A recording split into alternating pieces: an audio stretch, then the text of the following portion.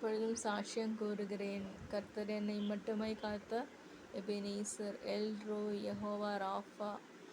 கர்த்தர் கூட இருக்கிறார். அவர் எனக்கு உதவி செய்கிறார். என்னை நடத்துகிறார், நித்தமும் நடத்துகிறார். நான் தனிமையில் அழுகி பொழுது தேவனுடைய வசனமே என்னை ஆற்றும் தேற்றும். மற்றவருடைய சொற்பொழிவுகளை கேட்பேன். அது எனக்கு ஆசீர்வாதமாக இருக்கிறது. அநேகருடைய வசனங்கள் நான் கேட்க கேட்க கேட்க தேவன் எனக்கு உதவி செய்கிறார். அவருடைய அன்பு தான் என்னை தாங்குகிறது. கர்த்தருடைய அன்பு என்னை தாங்குகிறது. அவற்றால் நான் மகிழ்கிறேன். அவர் என்னோடு இருப்பதனால எனக்கு சமாதானம் கிடைக்கிறது. உலக வேலைகள் ஒன்றும் வாய்க்கவில்லை. அதற்காக கர்த்தரை ஸ்தோத்திரிக்கிறேன். நான் ஊழியத்துக்கு டெடிகேட் பண்ணி உள்ளேன். அதுவே செய்ய விழைகிறேன். ஊழியம் தனிப்பட்ட முறையில் செய்யதான் தேவ உதவி செய்வாராக.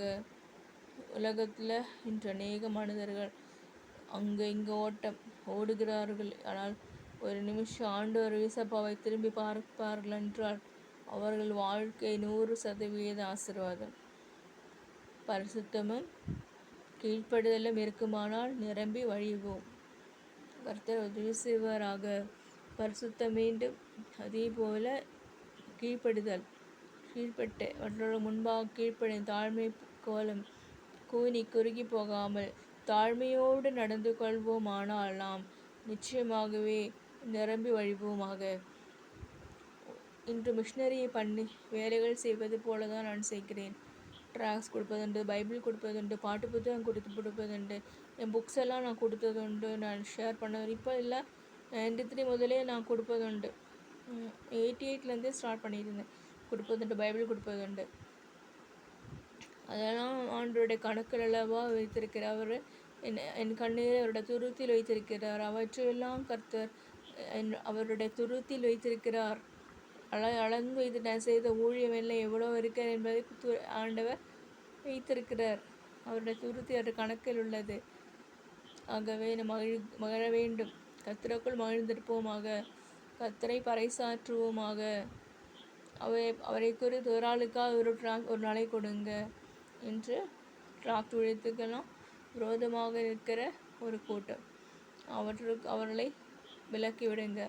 விலக்கி விட்டு உங்கள் பாதையை தேர்ந்தெடுத்து கொண்டு ஊழியம் செய்யுங்கள். ஊழியம் செய்யும் பொழுது ஞானமாக செய்யுங்கள்.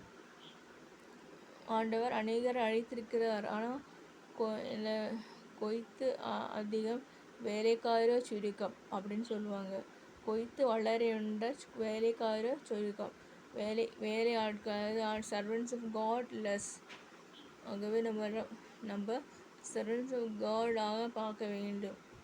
ஆண்டவர் நம்மை தூக்கி நிலை நிறுத்துவாராக. அவருடைய வசனம், அவருடைய இயேசுப்பாவுடைய வசனங்கள் மகிமைப்படுவதாக. ஆமீன், ஆமீன்.